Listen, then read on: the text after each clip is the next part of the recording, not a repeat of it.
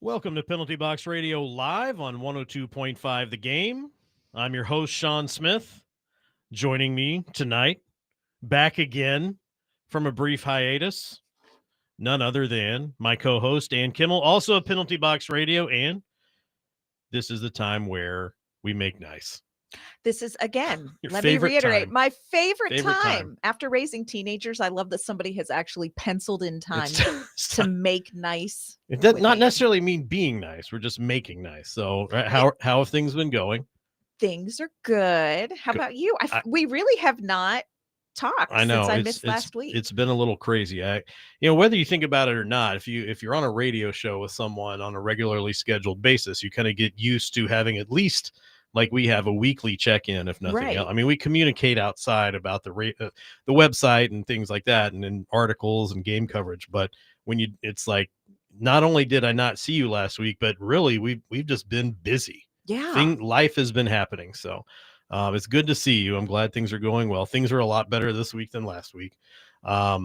For me, I don't know about Good. the team, which is what we're really here to talk about. We're but going to get to that. we'll get to that. I guess we should probably start off with our puck drop topic. In Yes, and I'm actually going to take this from you since I did not get to ask you any questions last week. So I'm going to kick this off. Our puck drop topic comes to us based on news that broke today. The Nashville Predators announced today that Brady Martin returning to the OHL to play the rest of the season with the Sioux Greyhounds. I want to ask you, Sean, is this the right move at the right time for Brady Martin and for the Nashville Predators as well? Okay, now I'm going to say this. Last week when Alex was here, Alex and I had a conversation about Brady Martin and what it looked like for him for the rest of the season realistically. And we both had some opinions. My opinion, I was of the opinion that I saw a lot of benefit in Brady Martin staying in the NHL. I believe my comment, I'm not going to go back and find it. I mean, if we've got anybody out there who wants to do that, they can. But I think I said something along the lines of, why would you send him back to play junior hockey with kids when he could be playing at the highest level possible? I feel like that would be much better for his development. That was last week. I'm going to say, before we go on, and we can get to this later, I had an experience this weekend that changed my mind dramatically, but we'll talk about that later. Okay, we are going to put a pin in that. Yeah, no, we'll talk about it like this something segment. We do need to circle back to. Absolutely do. Okay, my curiosity is piqued here. So okay, so that was my opinion last week. Now I'm saying that you said, is this the right move at the time for Martin the Predator? So I'm curious. I want to hear what you have to say, and then I'll tell you how my feelings have changed. You know, it's been really interesting, the topic about Brady Martin, not just today, as you know, they made the decision to have him go back and finish the season with the Sioux Greyhounds. Right. People have had really strong feelings about what the Predators have done with Brady Martin, even while he's been here. There's usage issues. Didn't play on that, 4-game road trip to Canada. Why do you take him to Canada? Niagara Falls, first of all, friends.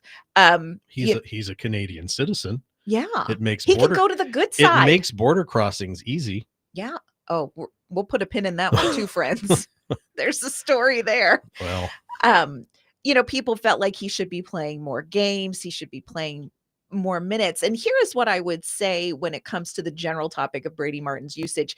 Even if Brady Martin came in and played every single game that he was here and hit his 9 games out of the gate and was amazing, I still don't know that it would be good for Brady Martin long-term, because hear me out. Brady Martin comes in, he plays a lot of minutes, and he doesn't perform well. People are going to say, well, I don't know, James Higgins. Right.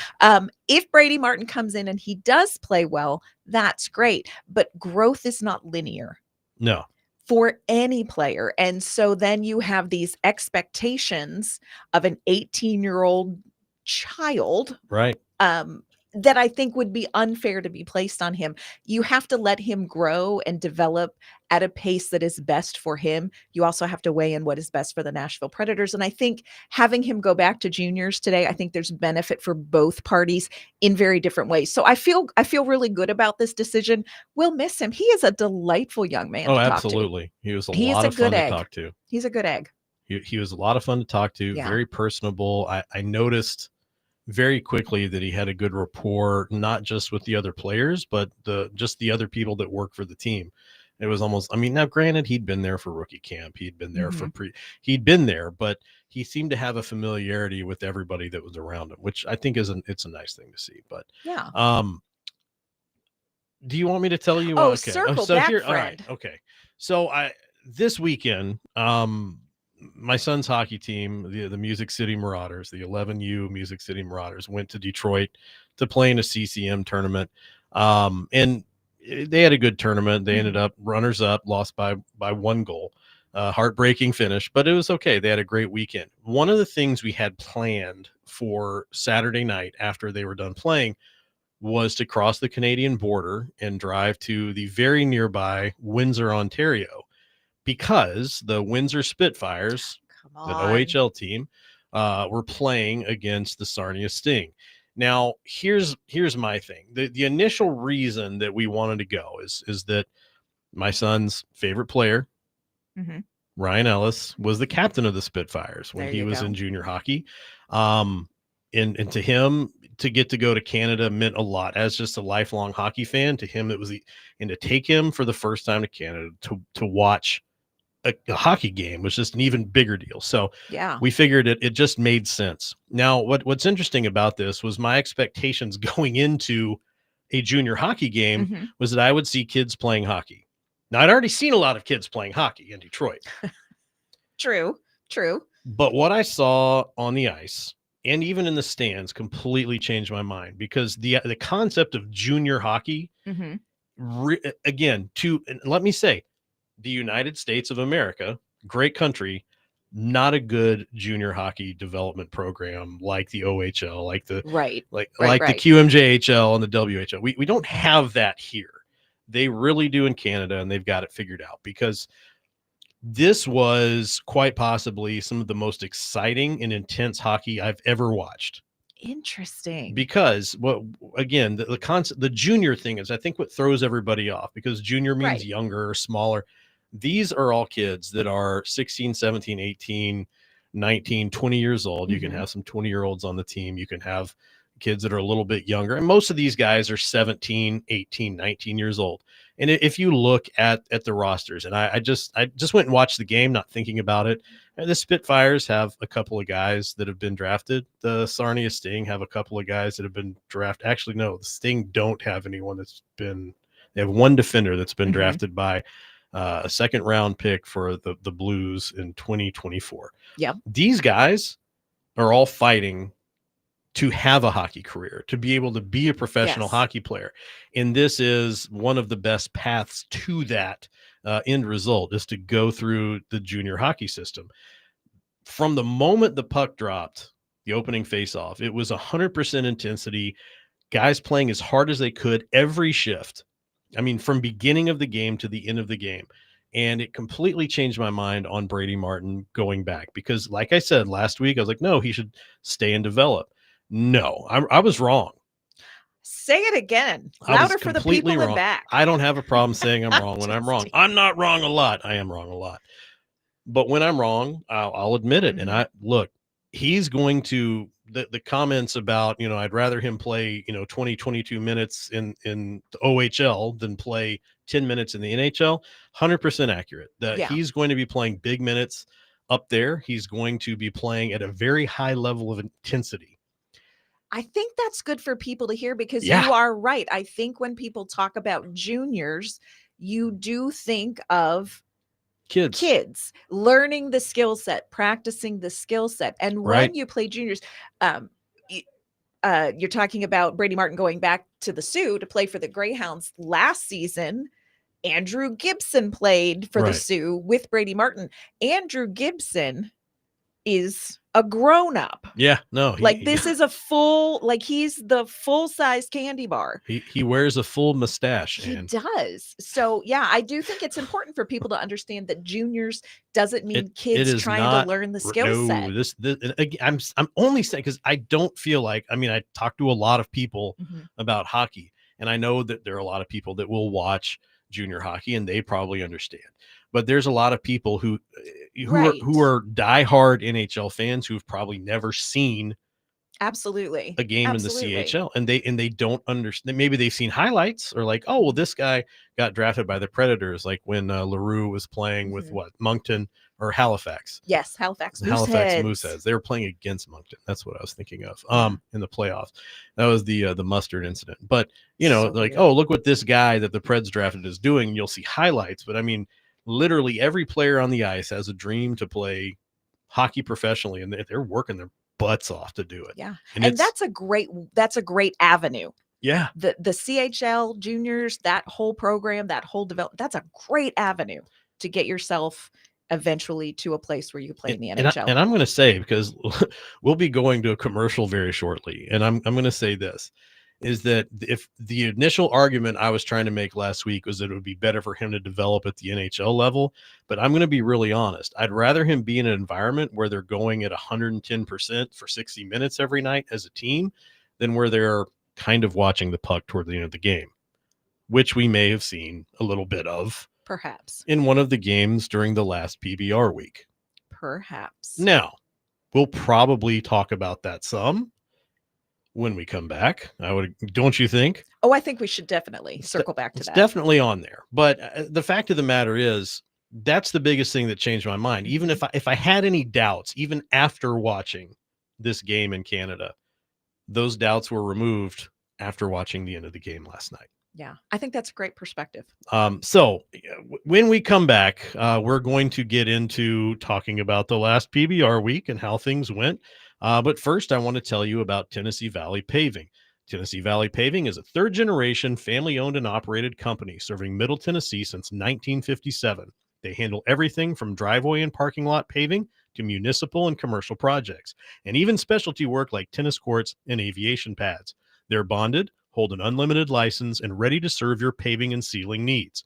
Call Tennessee Valley Paving today at 615-794-2351 or visit TennesseeValleyPaving.com. Tennessee Valley Paving, serving the region with quality you can count on.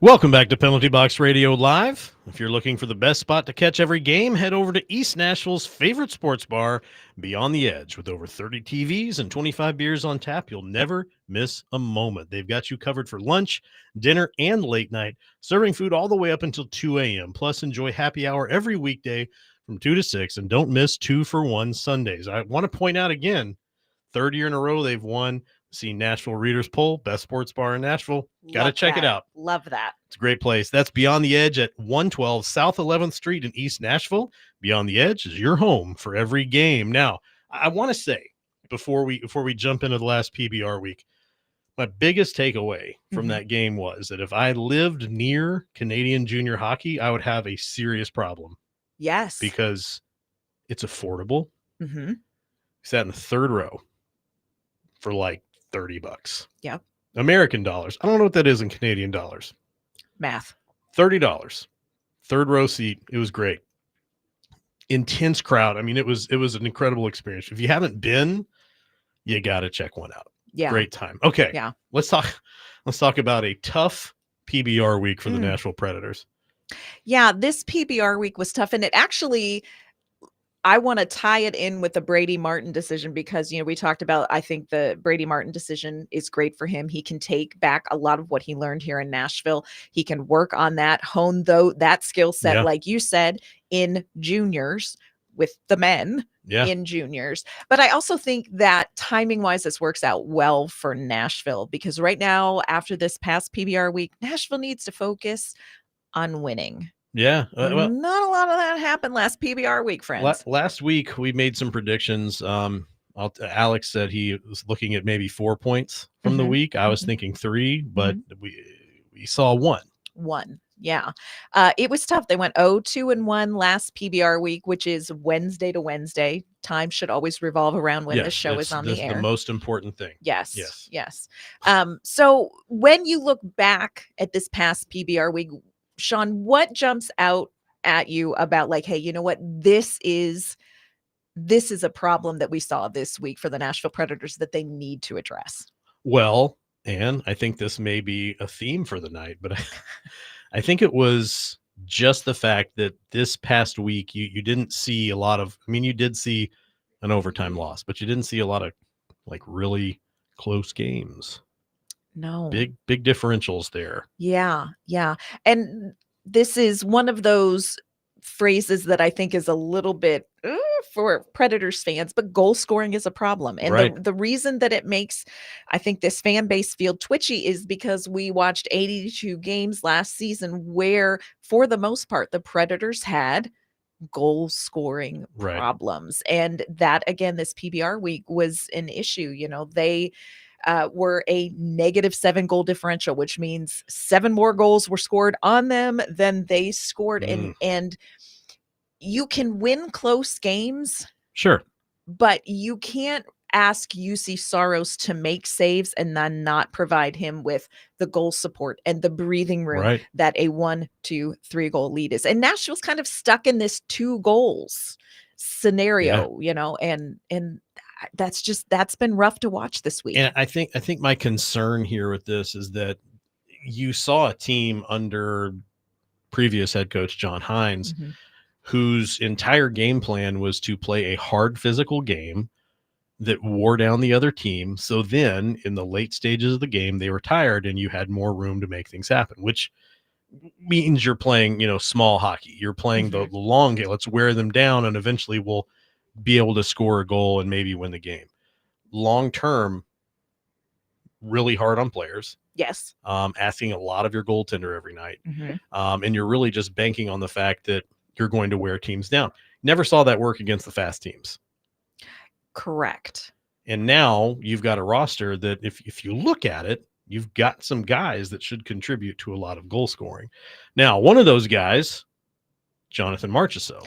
Yes. And I think that this is something to keep in mind as we look back on last PBR week. And hopefully maybe look ahead to the next PBR week, which we will do a little bit later in the show. But one of the drivers for the Nashville Predators has been Jonathan Marchessault this season, and the line that he plays on with Eric Halla and Michael Bunting. And they're workshopping some different names for the line, but I've heard the loud line, and I think that's the what line? Loud line. Yes. Why is that? I actually heard this directly from Michael Bunting, talking to him, and he's, about, hey, why is this line working? And well, we play a similar style. We also really like to talk. My question is, to each other or to the other team? Oh, both. Both. Yeah. Both. Which, you know what? I love it. Maybe mic them up. Maybe not. I don't know. I don't have a problem with it. Yeah. But that line has been such a driver for this team, not just offensively, although they have been offensively. They have been one of the most shot chances producing lines that the Predators have had. But just as a tone setter for this team, setting the tone, setting a pace, kind of setting that fiery identity that they want. And when you don't have Jonathan Marchessault, there is something missing there. A goal scorer, but also kind of that identity player. So that is something that I think is worth noting. You don't want to say, well, if Jonathan Marchessault had been here, none of this would have happened, because of course there are other issues that they had. But I do think that that's a factor for the team, is not having Marchessault. Well, I gotta say though, like, if I clearly I'm not a hockey player. I'm not gonna sit here and act like I've played the game and I can, like, I've done it, right? But I feel like if I were on his line, like if he was the one, I would be holding myself to a higher standard, because I'd be afraid that he'd get mad at me if I wasn't playing hard enough. Can you imagine what he would say on the loud line? Horrible things. Just things to just make you regret decisions you made earlier in the game. Like, why did I do that? I'm so stupid. And you're mad at yourself. I'm sorry, Jonathan Marchessault. And then you have to hold yourself to that Ryan O'Reilly level of accountability. I need to do better. Yeah. It could I'm not playing hard enough. It could spiral. Yeah. Very high standard. Right. And that line, again, it's a tone setting line. So I do think that there is something to be said for that. And that is hopefully something that will change going forward. Of note, Marchessault has practiced with the team the last 2 days. So we will see what that means tomorrow morning at morning skate. We will see what that means tomorrow night. And were you there for the skate today? Yes, I was. So he skated with the team. Did he skate with the line, or did he skate with the team? He skated with the team, did drills with them. I don't think that he did line rushes with them. And also, he, of note, was the second to the last player off the ice. He and Luke Evangelista they outlasted Ryan O'Reilly. And friends, Ryan O'Reilly, he spends some time after practice. He does. And look, I'm not complaining. I like that he wants to be out there, but sometimes after practice, you want to talk to Ryan O'Reilly, and you're looking at your watch. Pack a snack. Everyone, UC Saros is already in the sauna. I mean, you got to pack a snack, friends. Just waiting. Worth the wait. He's great to talk to. Yeah. But don't go hangry. Don't go hangry go hangry to practice. Take something with you. Yeah. Get some pretzels. Yeah. Maybe some beef jerky. I don't know, some protein. Yeah, you'll want protein. Something to last. Yeah, you're not going to want sugar. But yeah, I think that not having Marchessault, I think that could be a boost for the team when he returns to the lineup, whenever that will be. What are some other issues you've seen that are troubling? The one that I've seen that Andrew Brunette has mentioned this in a couple of these losses in the post game. This is a team where if they take their foot off the gas for even a small stretch of time, it comes back to bite this team. And I think the perfect example last week, look at the Montreal overtime loss. 21 seconds of your life you want back as a Predators fan, because this was a game that Nashville was looking like they were going to win. 20 seconds left on the clock. Cole Caulfield, just don't give him, he just can't have the puck. And then, you're just going to have to take a penalty. Yes. Just tackle him. I don't know. I mean, don't do that. That's not a great idea. No, you can't. It's just a penalty. That's part of the game. Just take the penalty. Now, don't do it if he's don't get a penalty shot out of it, but just take the penalty. Yeah. You're better off playing 4 on 5 for 2 minutes as long as he's kind of been neutralized for a while than you Yeah. are just leaving him out there. Yeah. And then, you go into overtime and you have, hey, we're going to go to a shootout, which look, if you see Saros as your goaltender and you're going to a shootout, Yeah. okay. Okay. I'll I'm take okay with that. I'll take those It's chances. fine. But 2 seconds left, they get the puck, they score the goal, you lose that opportunity to get that second point. And again, it's not that Nashville is playing terrible, terrible games for 60 minutes, Right. although No. Tuesday night was not great. Yeah. But when they take their foot off the gas, it turns on them very, very quickly. And you've got to see more consistency for 60 minutes from this team. And I think too that, like you said, this team, historically speaking, and I don't just mean under Andrew Brunette, I also mean under John Hines, I also mean under Peter Laviolette toward the end of his tenure. This is a team that when they get behind, for whatever reason, you don't see a lot of pushback. And I was really hoping that this season that would change. Yeah. But let's talk about Tuesday's game. Wow. Yeah. Tuesday's game. So Anaheim coming in, and what is so interesting, Anaheim and Nashville, there's some good parallels, very Right. comparable, advanced statistics wise coming into this game. And so you think Nashville, you are back home. You are kicking off a 5-game homestand. You are playing the Anaheim Ducks. Like this could happen. This could be the start of some very valuable points at home. And that is not what we saw. Right. And what I will say is Anaheim scored first, which just coincidentally, that's the first time Anaheim has taken the lead or scored first in any of their games so far this season. Yeah. But Nashville came back, tied it up. Anaheim goes up. Nashville comes back and ties it up. And you think, okay, there's some pushback. There's some fight pushback here. Yes, this is not, all is not lost until all was lost. And the wheels really came off the bus for the Predators because, in the words of Roman Josi in the postgame, we gave them their goals. Yeah. The Predators allowed Anaheim to play their style of hockey. Right. And Nashville really, Nashville is not going to beat a team with speed. They're just not. And they haven't in a long time. I mean, that's been a concern when you see those younger, faster teams come in that are the Oilers, for example. That was well, the Oilers are coming to town. You're not going to wear them down because they've got energy for days. And you'd see Connor McDavid, or if Connor McDavid wasn't playing, Leon Draisaitl just has a vendetta against Nashville for some reason. He hates us. I'm going to score 7 goals, but he says it in German in his head. Yeah, which sounds even more aggressive. Sounds way cooler. Way more aggressive in German. I don't know. I guess for me, what's hard is we heard the Boo Birds come out last night. There was discontent rumbling below the surface at the end of that game. Now, yes, we had booing against the other team. And what game? It was the game that they lost in overtime, where they never touched the puck, Utah. Right. Yes. There was a lot of booing, but the reason there was booing was because Utah was holding the puck behind the net, unwilling to break it out to end the regular time of the third period. And then, they had possession for the entirety of overtime, but they also kept cycling back. But this was booing the home team. I think that there was discontent. And again, I come back to that's early in the season. You know what it is, though? It is hockey sunburn. I always talk about that.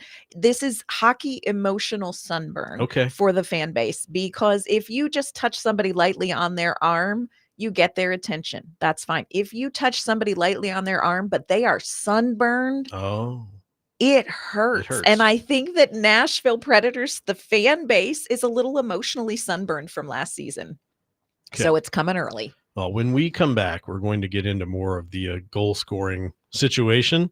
But first, if you're looking for more than just a haircut, check out Timber and Blade. At Timber and Blade, you'll find a place to recharge and walk out looking your best. Maddie and Becca, a husband and wife team with over 20 years of experience, have created a space that's masculine, warm, and rooted right here in Tennessee.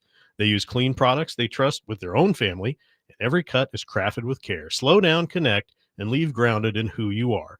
Timber and Blade, rooted in craft, grounded in care. Book online at timberandbladetn.glossgenius.com or visit 1731 Mallory Lane, Suite 100 in Cool Springs.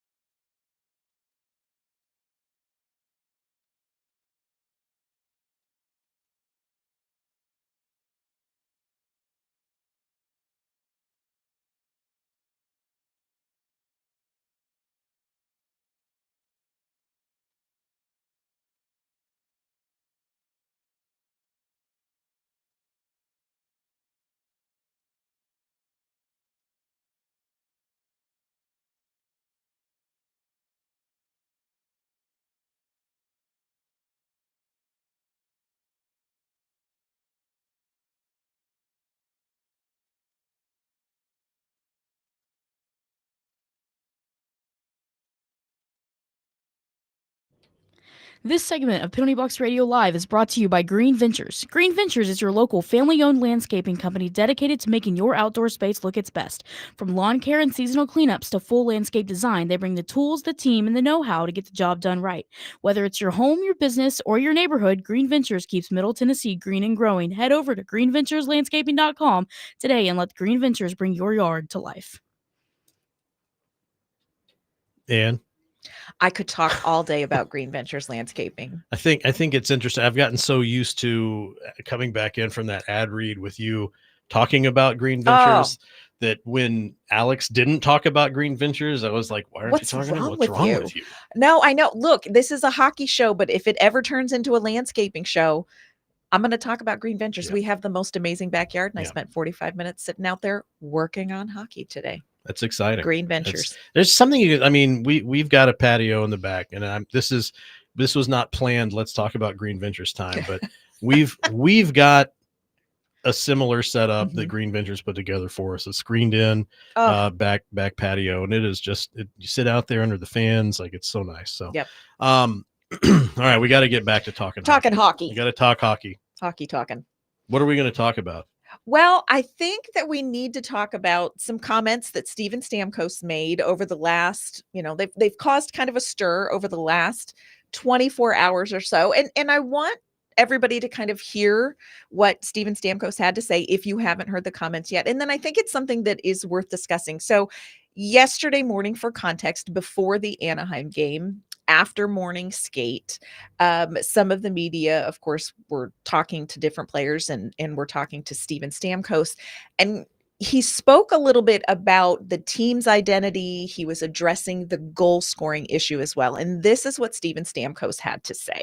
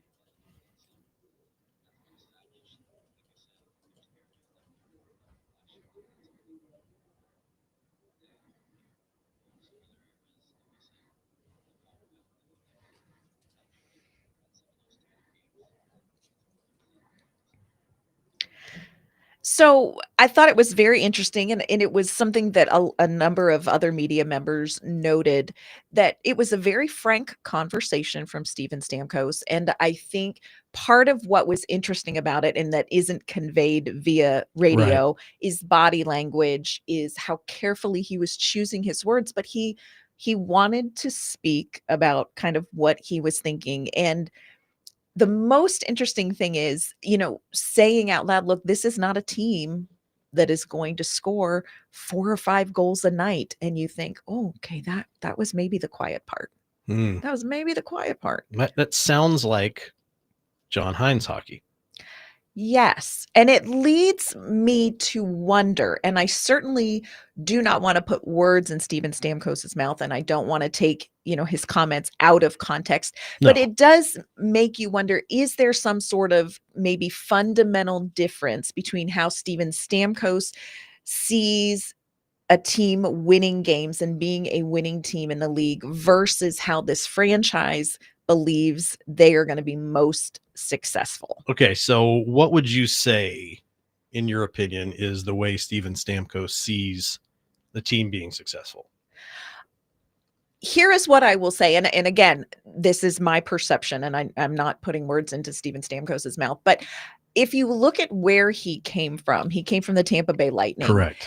His experience through almost the entirety of his NHL career, sans the last season and Right. 7 games, is that wins really do come with goal scoring. You look back, Tampa Bay during his time, they were no less than 8th best in the league in goals for. The years that they won the Stanley Cup, Tampa Bay in the regular season was number 1 in goal scoring. Now, certainly don't want to take away from the fact that they have Victor Hedman, that they have, Ryan Patrick McDonough, that they have Andrei Vasilevsky. This is, it's not just a wing and a prayer and a whole bunch of goals. Right. But this is a team that in the series that they've played in the postgame, they are scoring 6, 7, sometimes 8 goals in the postseason. Yeah. Where you think these are going to be the 2-1 games that you're going to win. And so I do think that maybe he has had a very different experience with a franchise that views winning more towards scoring goals than perhaps the Predators' identity is. But I would say too, though, that pardon me if I'm wrong here, and I may be. Again, like you said, we're not speaking for the organization. Yeah. This is just mine and Ann's thoughts and our opinion. But if you're Steven Stamkos and you're a known goal scorer, right? You're a known goal scorer coming from a team that scores goals, and you get signed by the Nashville Predators, and you see Jonathan Marchessault, also a known goal scorer, gets signed by the Nashville Predators. Wouldn't you think that the movement would be toward the team being a team focused on goal scoring? Right. And does that mean, like you said, is there a fundamental difference in the way Stamkos and the team C being a team that wins games. If that's the case, then that makes it sound like something's changed in the mindset of the team.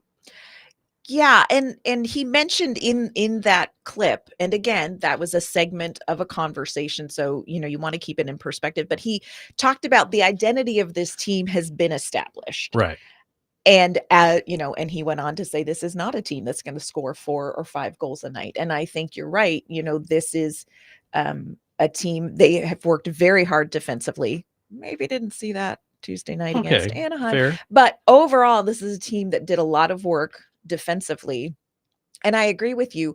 If you are Steven Stamkos in going to free agency, the conversation had to have been, "Hey, we would love for you to come here and score goals." It's got to be. I don't think that they went to Steven Stamkos and said, "Hey, you know what we would like you to do? Come play defensively. Come be that defensive two-way Yeah. forward." And look, here's the other thing I will say from that comment. I always laugh because I'm like, now I'm gonna tell Steven Stamkos that he had a good defensive play because people clearly aren't saying that to him. But that's I what don't he know. was I don't know if that's what he was going for. I know, reverse psychology there. But you were brought in to score goals. Absolutely. Jonathan Marchessault was brought in to score goals. Correct. And it feels like maybe the team is saying, we're going to try to win games. And they're certainly not saying by not scoring goals. But No. I don't think that the Predators are as concerned about Running up the volume. numbers. Yeah. Yeah. And again, Stamkos, like there were some of the postseason when he was with Tampa Bay where they would average in a series 4.5 goals a game. Yeah. 3.25 goals a game, That's a lot. 3.17. It's a lot of goals. And so I think his experience has been very, very different because goal scoring has been such an important part of Tampa Bay's success while he was there. And the power play. Yeah.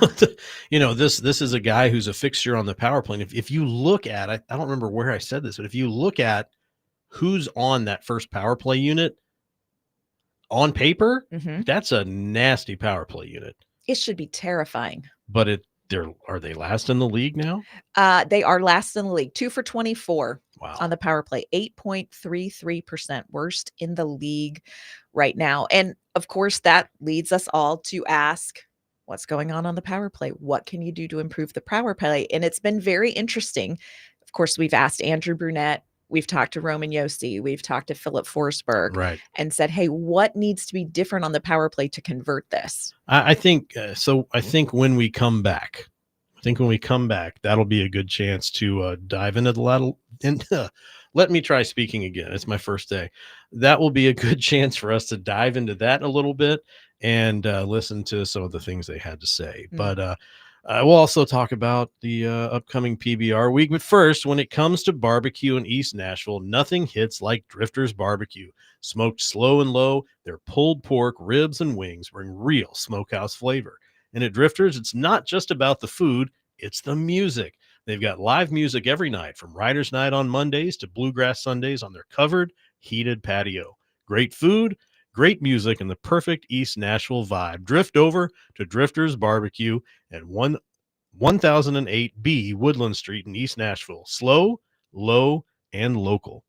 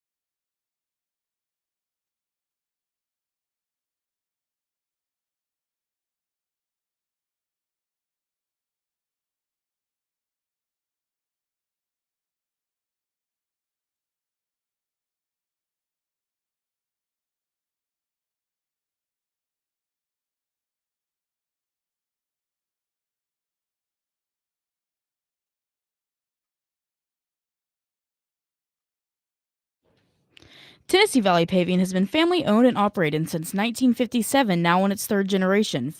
From residential driveways to commercial lots, city roadworks, and specialty paving like tennis courts and aviation pads, they do it all. Plus, they offer sealing to protect your investment. Need paving you can trust? Call 615-794-2351 or visit TennesseeValleyPaving.com. Tennessee Valley Paving, trusted locally, built to last. Really want to thank Tennessee Valley Paving for their sponsorship of the show. Incredible company. They do great work. Absolutely wonderful work. Work you can depend on, work you can trust for a long time. We left that segment talking about the problems with the power play. Just to review. Yeah. So the power play, in case you missed the numbers and had a little bit of joy in your life, A little bit of joy. So the Nashville Predators, 2 for 24 so far on the season, 8.33 conversion percentage, worst in the National Hockey League currently. Not what you want. And look, again, I'll say this too. It's early in the season still. So when you get to stats like that, there were some teams on our last show that were still hadn't scored any power play goals. Right. And so, things will change, but as it stands right now, you don't want to tell the story of the season after 7 games, right? But you don't, but you also want to be watching for trends. And the other thing too, and I think this is true with the power play and goal scoring, if you can kind of get it going. I was talking to Ryan O'Reilly about goal scoring, and he was saying, I personally kind of have a little mental block right now. And so I'm not feeling as comfortable with the stick. So when these players find the back of the net, when the power play finds the back of the net, when they have some success, I think that does kind of release some of the pressure. And again, 7 games from now, where will the power play percentage be? It's definitely something to watch. But, in talking with Andrew Brunette and talking with the veterans on the team, the message that we have gotten back about how are you going to improve the power play, what we have heard consistently from them has been very much the same. You need it to be quicker. You want pucks to the net. Right. It needs to be quicker, pucks to the net, quicker, pucks to the net. Then we had an opportunity in this same conversation from before earlier in the show to talk to Steven Stamkos specifically about the power play. And this is what Steven Stamkos had to say when it came to fixing the power play.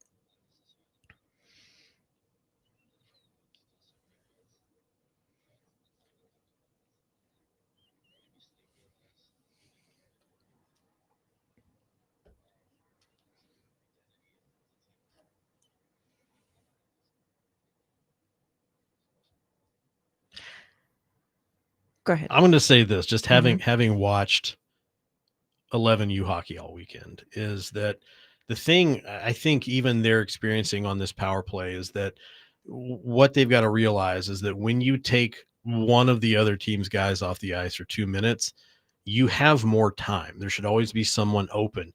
And so instead of making a rash decision and just, okay, we're going to get this puck over here where this person should be, it's taking that extra second to look and see, are they open? Is there someone there? Is this the right place to go? If I pass it to this spot, do they have a shot? Or does the right person have a shot from this area? Instead of just saying, okay, we're going to try to shoot the guy who's in this circle, whichever circle, the left circle, the right circle, we're going to get it there.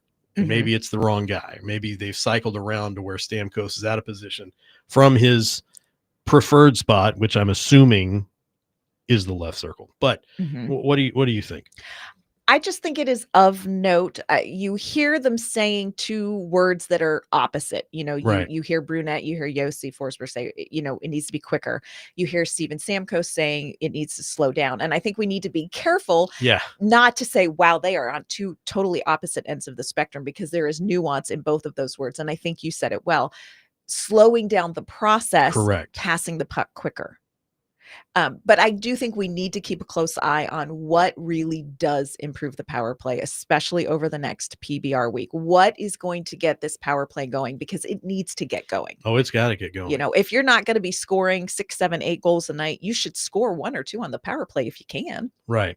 Sounds fun. Well, again, that's where goals should happen. It's the front of the net or the power play. Right. I mean, that's when scoring should be taking place. The odds are ever in your favor. If you are on the power play or in front of the net. That's I'm curious. So let's take a look at this upcoming PBR week. It's packed. There's a lot going on. Thursday, you've got Vancouver. Yes. The return of Kiefer Sherwood and Kevin Lankinen. And Kevin Lankinen. Although you might not see him. Vancouver doing what 4-3 right now. Yes, they're 4-3, coming off of a 5-1 loss to Pittsburgh. Saturday. Oh, friends. Saturday. It is the March of the X's. It's Saturday. In comes Kevin Fiala and the 2-3-2 LA Kings as of the time of this recording. So this is going to be challenging. They've got some injuries on the LA Kings team, but they also still have some weapons on that team too. So that's going to be a good Saturday night in Smashville matchup. And then, of course, Sunday against Dallas. Yep. And like you said, the March of the X's. March of the X's. Maybe Matt Duchene is back. Yes. So Matt Duchene is listed as day-to-day with an upper body, but if I were Matt Duchene, I would feel so much better by Sunday. That's probably right. I'm just saying. So yeah, they're 3-3 as of the time of this PBR show. They're 3-3. So there are some really challenging games. And then Tuesday, friends, but wait, there's more this PBR week. Who do we have Tuesday, Sean? Tampa Bay Lightning. Tampa Bay Lightning, friends. Now that should be an interesting opportunity there. Tampa Bay not off to a lightning fast start. Not off to what you would expect from Tampa Bay over the last few years. Yeah, I think they're 1-3-2 right now. Yeah, and surprising. Look, and their goaltender, who's usually spot on, money. Like you could set a clock to him, up and down, right? Yeah. What's 3.5 goals against average in a game? That's not normal for him. No, that's not normal. And I believe, Andrei Vasilevsky, this is a guy who's going to self-correct. Oh yeah. But it would be fine if he waited till next PBR week. If he wants to get back on think about it later. The goal saving horse next PBR week. That would be fun. Week. And Alex explained it last week, and this hadn't occurred to me, is that you're seeing a lot of weeks with 4 games because you've got this season that now is being impacted by the Winter Olympics. And so they're taking like 3 weeks off. Yeah. But they're also making sure you still play 82 games. So you're going to see more games per week. Workload's going to be a lot higher, more back-to-backs, things like that. So when we say like it's a packed week, you'll hear that a lot because it's going to be there's going to be a lot of packed weeks where there are 4 games as opposed to 2 or 3. Now, really, you think this past PBR week 3, PBR week before that 4. I mean, you're talking about. I'm going to do the math there. Is that 11 games? Are we mathing? No. It's not that kind of party. I thought we were talking about landscaping. That's right. This is the landscaping show. Landscaping show. But here's the thing. 11 games in 3 weeks, you're looking at a game every other day. Yeah. With a back-to-back, even in an ideal situation. So, yeah. And with Nashville going to Sweden, they've got to get those games in because they've got travel time. Theirs is going to be even more compact. And that's a lot impacts coming. Pittsburgh as well, right? That's yes. who's going to Sweden with them. So, you're going to see, I think, where you're going to have to start using your backup goaltender more. Right. And not just for the Predators, but for other teams as well. Yeah. So we're getting in the thick of it. In the thick of it, friends. That's absolutely what's happening. So I just want to say this just while we've got a little bit of time before we say goodbye. We do have a website, penaltyboxradio.com. I do want to point out that is a Substack website. When you go to an article, it will say, would you like to subscribe? That is a free subscription. You're not paying money for that. So if you see that and you're like, I got to pay for this. No, you don't. You can completely ignore the subscription thing and read everything we have for free Or if you subscribe, what that does is it will send you an email every time we publish something. And that way you don't have to go looking for it or wait for it to appear in social media posts. It's just there. So don't forget that. We'd love to have you guys check us out and read it. Thank you for listening to Penalty Box Radio live on 102.5 The Game, presented by Tennessee Valley Paving, Beyond the Edge East Nashville, Boston Commons, Drifters Barbecue, Green Ventures Landscaping, and Timber and Blade. For all of us here at Penalty Box Radio, thanks for tuning in, and we'll see you again next week.